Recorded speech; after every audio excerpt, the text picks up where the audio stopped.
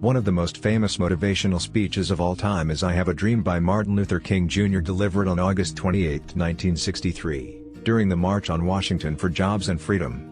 In this powerful speech, King spoke about his dream of a world where people are judged not by the color of their skin but by the content of their character. He urged listeners to take action to make this dream a reality and inspired a generation to fight for civil rights. The speech has been widely studied and celebrated for its eloquence and its ability to inspire change. I have the pleasure to present to you Dr. Martin Luther King, Jr.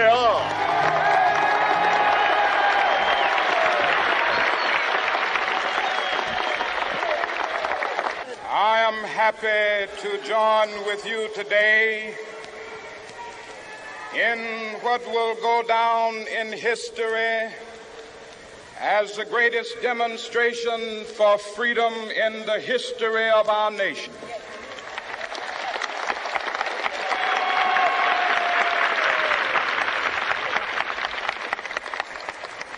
Five score years ago,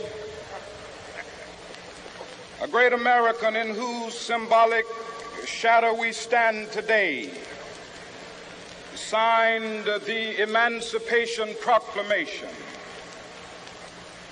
This momentous decree came as a great beacon light of hope to millions of Negro slaves who had been seared in the flames of withering injustice. It came as a joyous daybreak to end the long night of their captivity. But 100 years later, the Negro still is not free. 100 years later, the life of the Negro is still sadly crippled by the manacles of segregation and the chains of discrimination. 100 years later, the Negro lives on a lonely island of poverty in the midst of a vast ocean of material prosperity. 100 years later, the Negro is still languished in the corners of American society and finds himself in exile in his own land.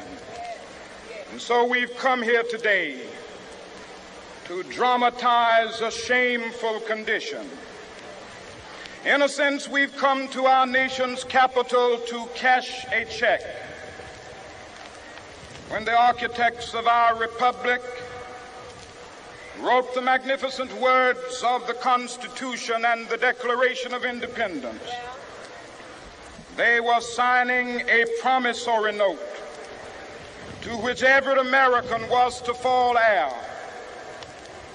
This note was a promise that all men, yes, black men as well as white men, would be guaranteed the unalienable rights of life, liberty, and the pursuit of happiness.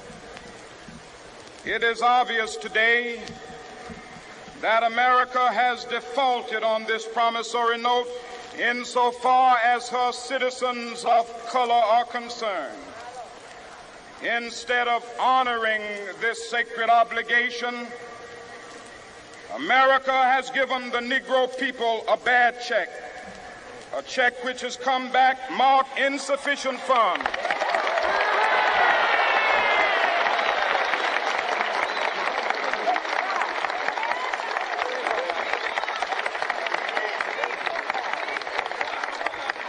But we refuse to believe that the Bank of Justice is bankrupt. We refuse to believe that there are insufficient funds in the great vaults of opportunity of this nation. And so we've come to cash this check, a check that will give us upon demand the riches of freedom and the security of justice.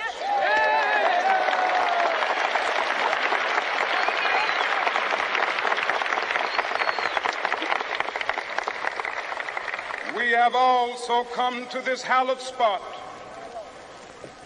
to remind America of the fierce urgency of now.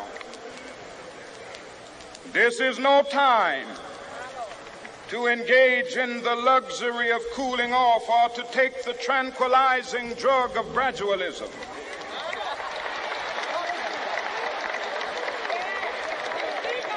Now is the time to make real the promises of democracy. Now is the time to rise from the dark and desolate valley of segregation to the sunlit path of racial justice. Now is the time to lift our nation from the quicksands of racial injustice to the solid rock of brotherhood. Now is the time to make justice a reality for all of God's children. It would be fatal for the nation to overlook the urgency of the moment. This sweltering summit of the Negro's legitimate discontent will not pass until that is an invigorating autumn of freedom and equality. 1963 is not an end, but a beginning. Those who hope that the Negro needed to blow off steam and will now be content will have a rude awakening if the nation returns to business as usual.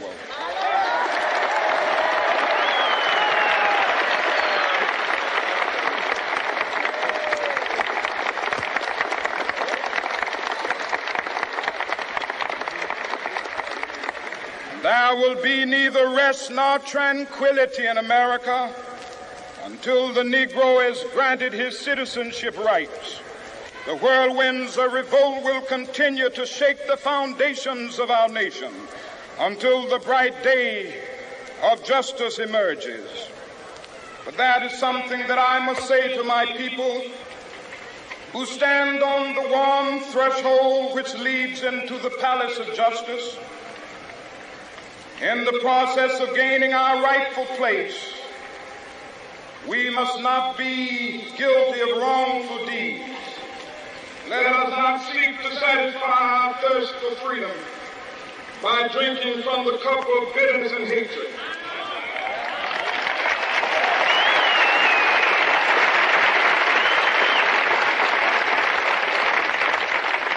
We must forever conduct our struggle on the high plane of dignity and discipline. We must not allow our creative protest to degenerate into physical violence. Again and again, we must rise to the majestic heights of meeting physical force with soul force. The marvelous new militancy which has engulfed the Negro community must not lead us to a distrust of all white people. For many of our white brothers, as evidenced by their presence here today, have come to realize that their destiny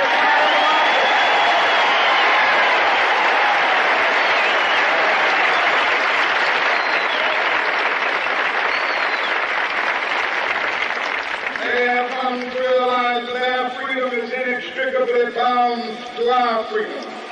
We cannot walk alone. As we walk, we must make the pledge that we shall always march ahead. We cannot turn back. There are those who are asking the devotees of civil rights, when will you be satisfied? We can never be satisfied as long as the Negro is the victim of the unspeakable horrors of police brutality. We can never be satisfied as long as our body is heavy with the fatigue of travel, cannot gain lodging in the motels of the highways and the hotels of the city.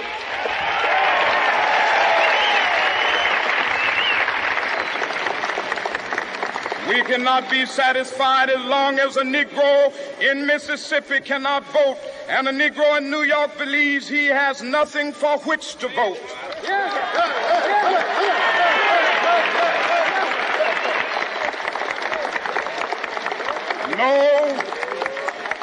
No, we are not satisfied, and we will not be satisfied until justice rolls down like waters and righteousness like a mighty stream.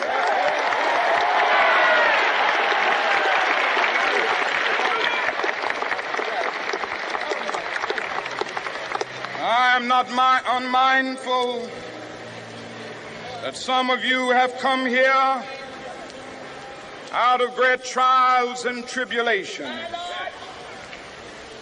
Some of you have come fresh from narrow jail cells. Some of you have come from areas where your quest for freedom left you battered by the storms of persecution and staggered by the winds of police brutality. You have been the veterans of creative suffering. Continue to work with the faith that unearned suffering is redemptive. Go back to Mississippi. Go back to Alabama. Go back to South Carolina. Go back to Georgia. Go back to Louisiana. Go back to the slums and ghettos of our northern cities, knowing that somehow this situation can and will be changed. Let us not wallow in the valley of despair. I say to you today, my friend,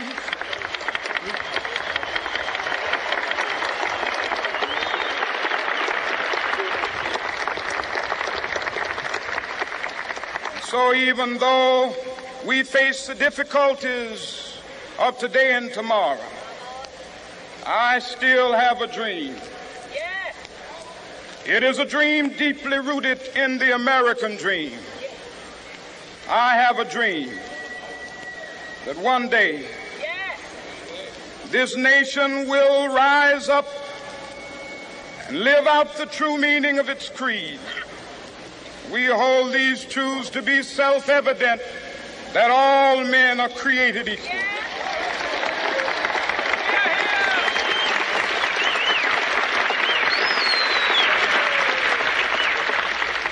I have a dream that one day on the red hills of Georgia, the sons of former slaves and the sons of former slave owners will be able to sit down together at the table of brotherhood. I have a dream that one day, even the state of Mississippi, a state sweltering with the heat of injustice, sweltering with the heat of oppression, will be transformed into an oasis of freedom and justice. I have a dream that my 4 little children will one day live in a nation where they will not be judged by the color of their skin, but by the content of their character. I have a dream today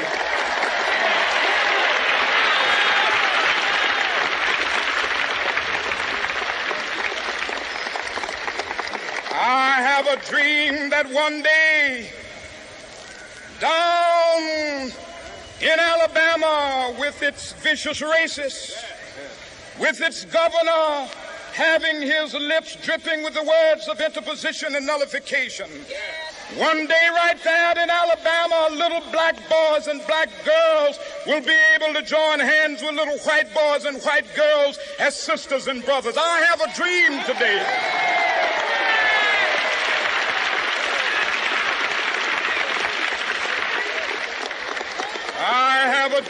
that one day every valley shall be exalted, and every hill and mountain shall be made low. The rough places will be made plain, and the crooked places will be made straight. And the glory of the Lord shall be revealed, and all flesh shall see it together. This is our hope. This is a faith that I go back to the South with. With this faith, we will be able to hew out of the mountain of despair a stone of hope. With this faith, we will be able to transform the jangling discords of our nation into a beautiful symphony of brotherhood. With this faith, we will be able to work together, to pray together, to struggle together, to go to jail together, to stand up for freedom together, knowing that we will be free one day. This will be the day when all of God's children will be able to sing with new meaning, my country, tears of thee. Sweet land of liberty, of thee I sing. Land where my fathers died, land of the pilgrim's pride. From every mountainside, let freedom ring. And if America is to be a great nation, this must become true. And so let freedom ring. From the prodigious hilltops of New Hampshire, let freedom ring. From the mighty mountains of New York, let freedom ring. From the heightening Alleghanies of Pennsylvania, let freedom ring. From the snow-capped Rockies of Colorado, let freedom ring. From the curvaceous slopes of California. But not only that, let freedom ring from Stone Mountain of Georgia.